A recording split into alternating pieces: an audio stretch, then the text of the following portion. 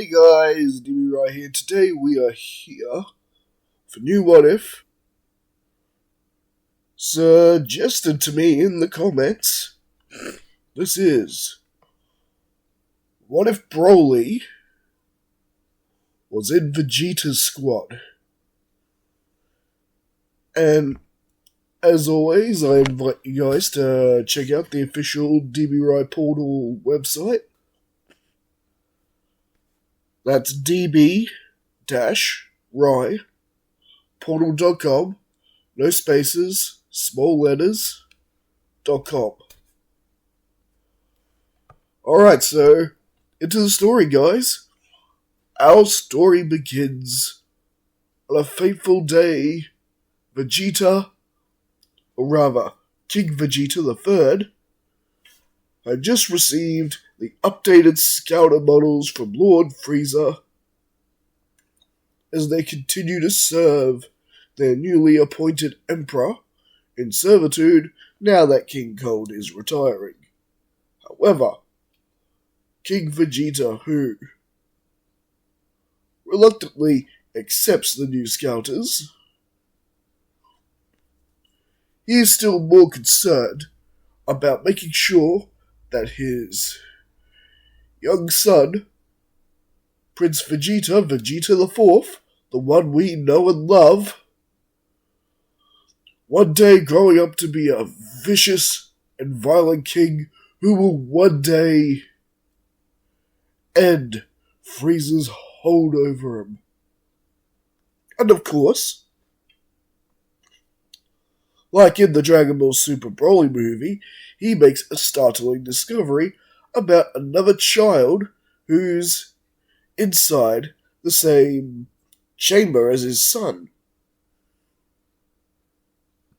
And that is, of course, the son of Paragus, Broly. That's Broly's father's name, right? Paragus? Yeah, it is. It's Paragus. I got it right! Woohoo!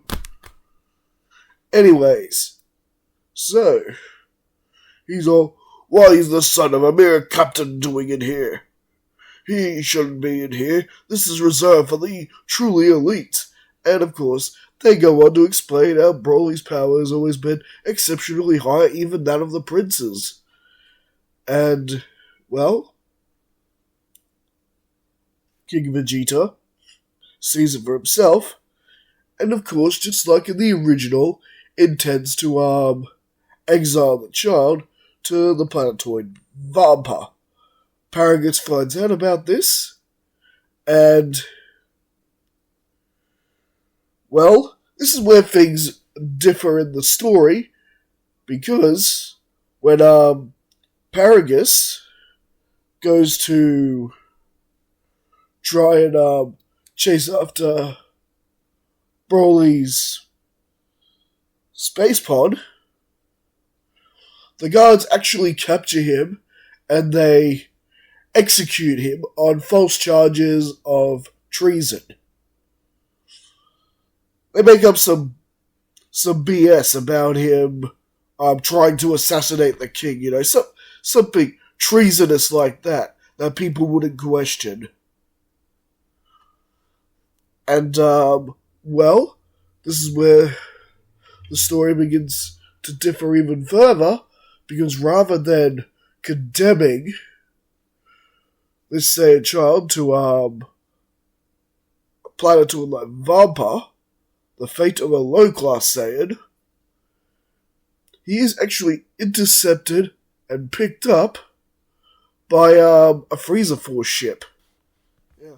This ship, full of crew from the Frieza Force, we're curious to why a Saiyan pod is all the way out here in this part of the galaxy.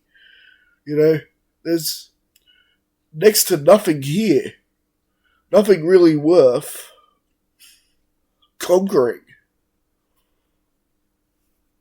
And so, they intercept the Saiyan pod, and they find the child, who's pretty much completely out of it and asleep right now.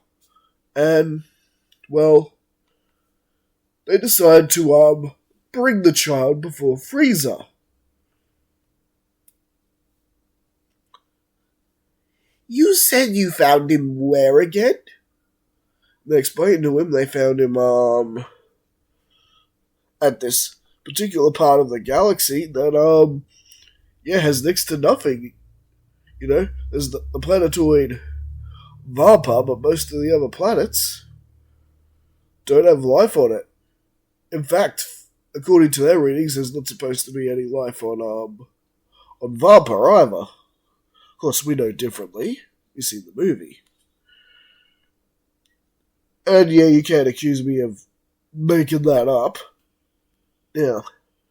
At the sight of this sleeping child, this Broly, now Frieza's first instinct is to just do away with the young Saiyan and wash his hands of it. Nobody sees and nobody knows. However, he remembers a crucial lesson that he learnt from his father, King Cole, during the early days of his studies before he would inherit the Empire.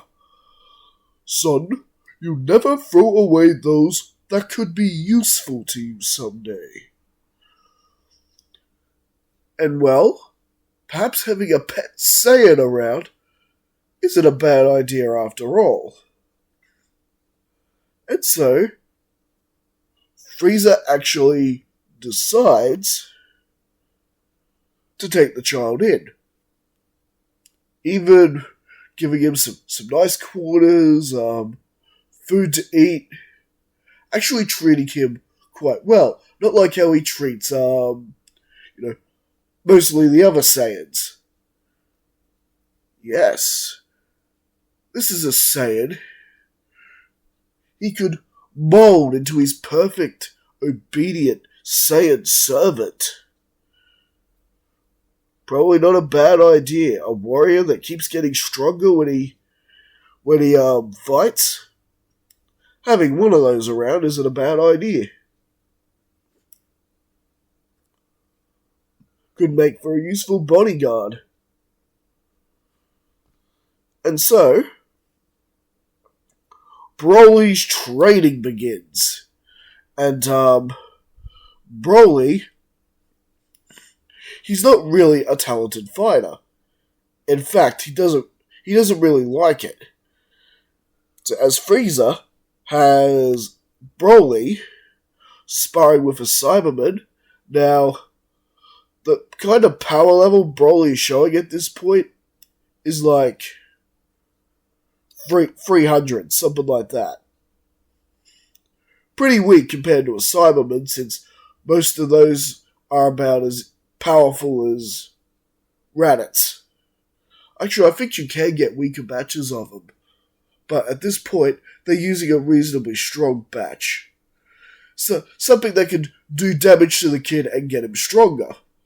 However, they're in for the biggest surprise of their life as a Cyberman gets a really good hit on Broly, giving him a nice scar down his arm. Hurting him. He's in pain. He's, even crying. Crying? Saiyans do not cry. What kind of monkey is this? I think I'm starting to see why Vegeta would have exiled this one. And, before he could react any further, those tears quickly turn into Broly getting mad. And when he gets mad, suddenly Zarbon, Frieza, and Dodoria's scouters are blown to smithereens, and, the group of Cybermen that they have fighting with Broly, pretty much, they're over there, and there, and there, and there. Krillin! What? Too soon. Okay, I couldn't resist, guys. Yes, Broly didn't leave anything left of them, and as he emerges from the training room, he's got that Saiyan glare down. You know the one I'm talking about. The typical look the Saiyans have when they're in battle and ready to fight. And they couldn't believe that Broly's power level shot to a point that their scouters exploded. I mean, they're thinking maybe their scouters were maybe on the fritz, but suddenly, it doesn't change the fact Broly suddenly had the power to defeat these Cybermen.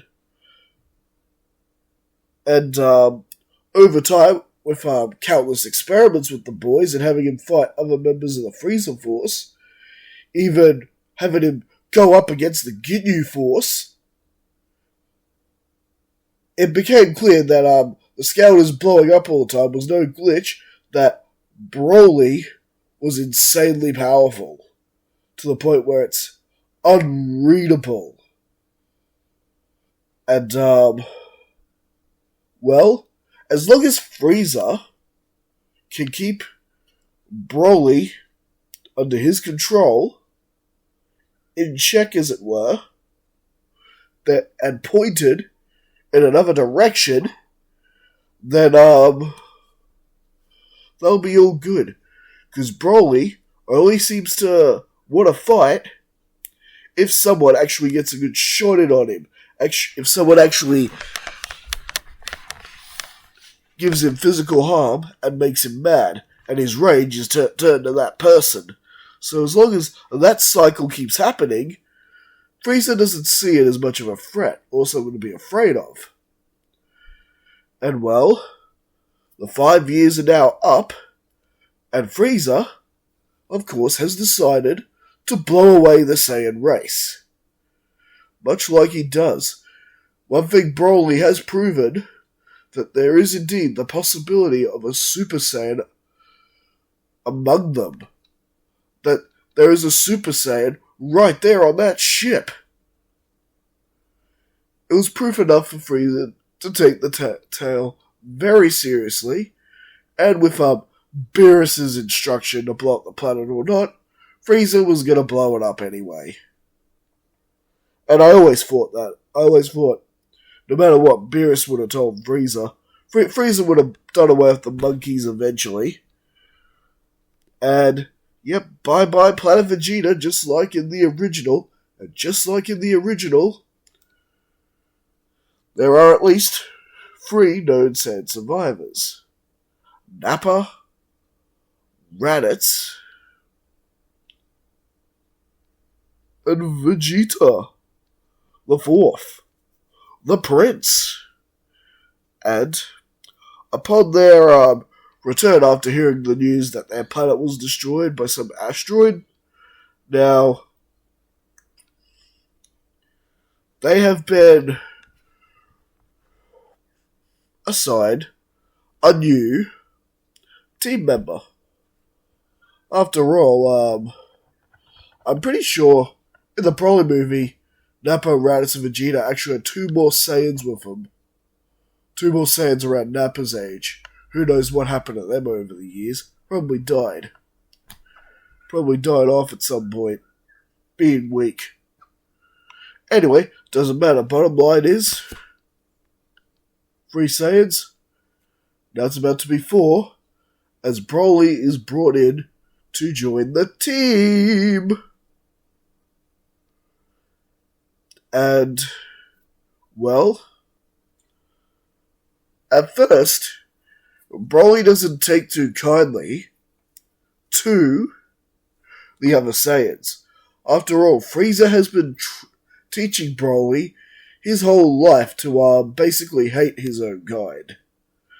Especially considering that his own people exiled him. Frieza just had to keep playing with that emotion to keep him in that state. However, over time teaming with this unit, Broly at least started getting along with Raditz. Raditz and Broly have quite a bit in common. They're both quietish, don't really engage with Nappa and Vegeta much, because Nappa and Vegeta are always scolding both Broly and Raditz. Remember, like I said, Broly doesn't really like fighting. It's not until someone makes him mad that he loses control of himself and actually goes nuts. So as far as Nappa and Vegeta are concerned, they have no clue that Broly is basically the legendary Super Saiyan. And, well, it's quite funny with seeing Vegeta proudly going on about how strong he is. I am the Prince of Saiyan. I am the mightiest Saiyan warrior. I am the greatest. And one day I will overthrow Frieza. And all that. Meanwhile, there's Broly, who's secretly a lot stronger than he is. The only one who has a clue to how powerful Broly is Raditz, because they would often team up alone to conquer a planet for Frieza, and Raditz can tell Broly hates fighting, he hates killing, but he has also witnessed when one of these soldiers from a planet they're sent to conquer would get a shot in or something, and suddenly make Broly mad, and how he brutally takes out and pretty much single-handedly does Raditz and Broly's side of the job. And since Raditz and Broly have become good friends, Raditz does have that sort of bit of an ability to ring Broly in.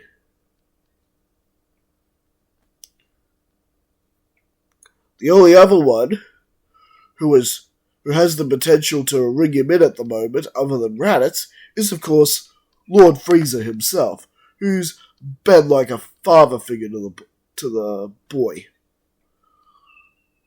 And well, needless to say, without Vegeta realizing it, they are conquering jobs at a very fast rate. Vegeta thinking it's all him, but it's actually, Broly already doing 50% of the work in an instant. And because he's always teamed with Raditz on the other side of the world, away from Nappa and Vegeta who are doing their thing, they just never notice. Oh, they will get groups of Scout at very high power levels, like, impossible. Obviously, these things are on the fritz. Oh, well, that is monkeys for you. So with this, I actually think this is a pretty good spot to actually leave things right now. So what did you guys think? Did you, like what I did with this story? Frieza getting his hands on Broly before he could land, and Vappa raising him as his own, and then including him in Vegeta's squad? Let me know in the comments. Don't forget to like and subscribe, and of course, do visit the official DB Rai Portal website, db-rai-portal.com.